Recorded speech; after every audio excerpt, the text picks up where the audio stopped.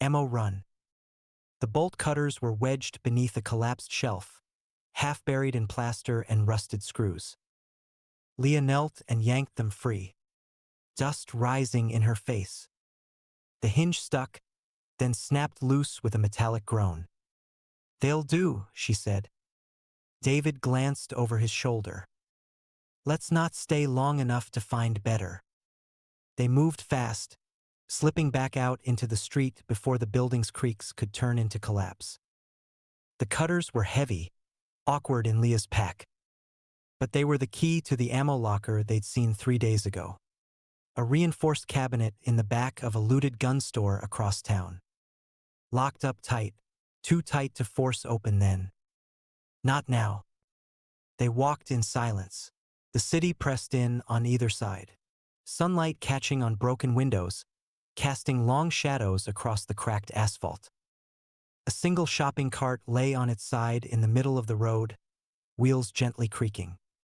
There was no wind. "This quiet makes my skin crawl," David muttered. "Stay sharp," Leah said. But she felt it too, the unnatural stillness. Like the city had taken a breath and refused to let it out. They turned the last corner. And froze. A horde clustered in front of the gun store. 30, maybe more. Shambling, listless, milling around the storefront like sleepwalkers. Drawn by some scent or sound or maybe nothing at all. Just death drifting. Leah pulled David back behind a half-toppled mailbox. "We can't go through them." "We're not going around either," he said. "Too many unknowns." She watched the horde, their movements, the gaps between them, the debris scattered across the street, abandoned cars, trash bins, a ruined bus stop. "We cut through," she said. "Silent kills. No guns. No attention." David didn't argue. They moved slow, hunched, shadows among shadows. Leah led, eyes always moving. When she struck, it was fast.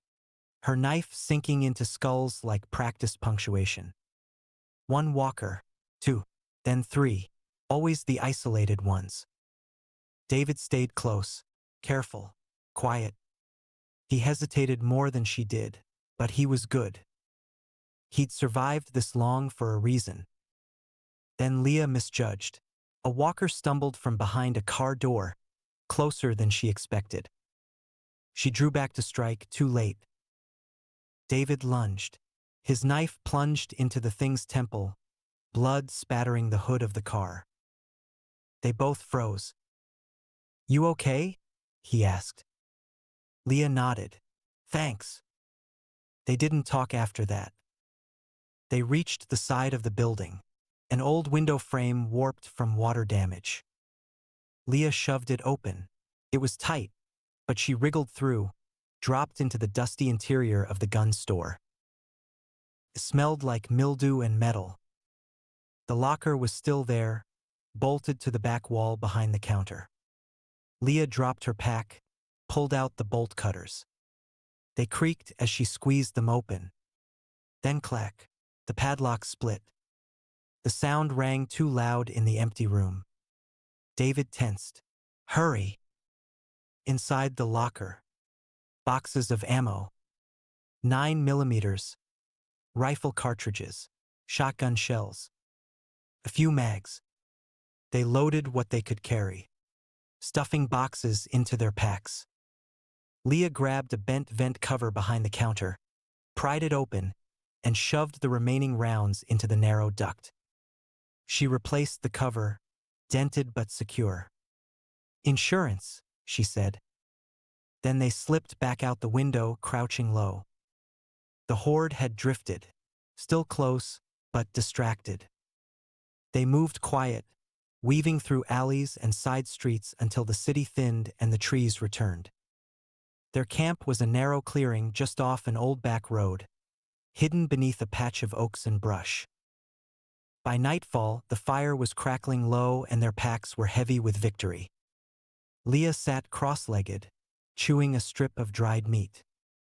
David stared into the flames, His shoulders slouched in a way she didn't like. He looked up suddenly. A man stepped into the edge of the firelight. Scruffy, mid-30s, gaunt. Hands raised, palms open, no visible weapon. "Evenin'," he said. "Didn't mean to startle you." Leah's hand went to her pistol, but she didn't draw. David stiffened. "Campfire caught my eye," the man continued. "Didn't think anyone was out this far." Leah's eyes stayed on his. "You alone?" He nodded. "Just passing through. Thought I might sit, share some heat. If that's all right." David glanced at her. She didn't move.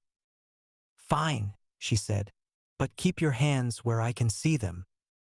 The man smiled too easily, sat a few feet from the fire. Careful, casual. His words were polite. His eyes weren't. He talked about the weather, the road, supplies, all too smooth. Leah didn't like how he watched them when he thought they weren't looking. David didn't talk much but whispered to Leah at one point that something was off.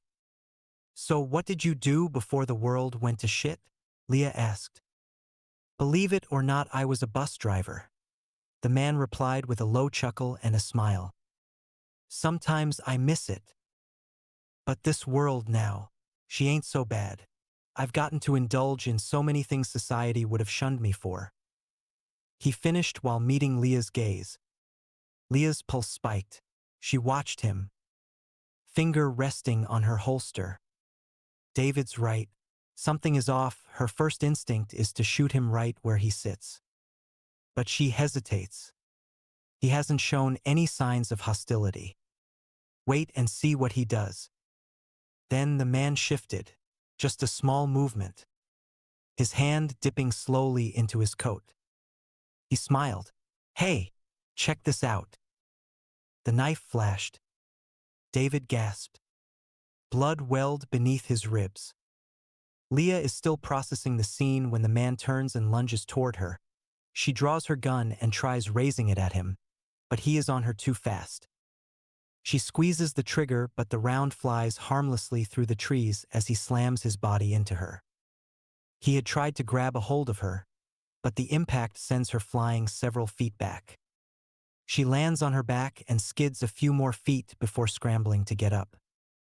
As she scrambles to her feet, the man is on her again. A right hand smashes into the side of Leah's face, dropping her back down, her vision instantly going double while her sight begins to tunnel vision. The force of the punch reverberates through her as she lets out an animalistic squeal. She begins screaming frantically and moving away from the man as she tries to regain her vision.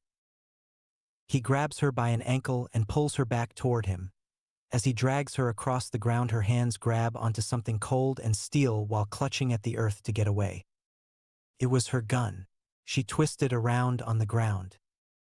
The stranger still had her leg and was pulling, but now Leah was facing him while on her back. She raised the gun. Leah fired. One shot, then another. The man dropped, limbs twitching, face contorted with shock. Leah lay on her back, gun drawn on the man, watching him gasp away his final breaths. A moment later, she rises to her feet and fires one last round in the man's head. And then she turns to David. David had collapsed onto his side, mouth moving but no words coming out. She dropped beside him, hands pressed against the wound, but it was bad. Too much blood, too fast. "Leah," he choked out, the words sounding wet as his lungs fill with blood. She couldn't speak. He died with his eyes open. She sat there for a long time, fire flickering across both their faces. Her chest was hollow, her fingers numb. "I had the drop on him, could have stopped it. I waited." She buried David at the edge of the clearing, beneath a stack of rocks and leaves. Took the ammo, didn't look back. By dawn, Leah was miles away, empty-eyed, silent, walking on instinct. She traveled alone for the next several weeks until she came across a quaint little town with a roadside produce stand surrounded by a few houses and some promising-looking shacks. She found the seller in one of the empty shacks. A rusted hatch, stone steps beneath. She hesitated at the opening, peering into the darkness, scanning it for any threats. Then she slowly descended the stone steps and closed the hatch behind her with a soft, metallic thud.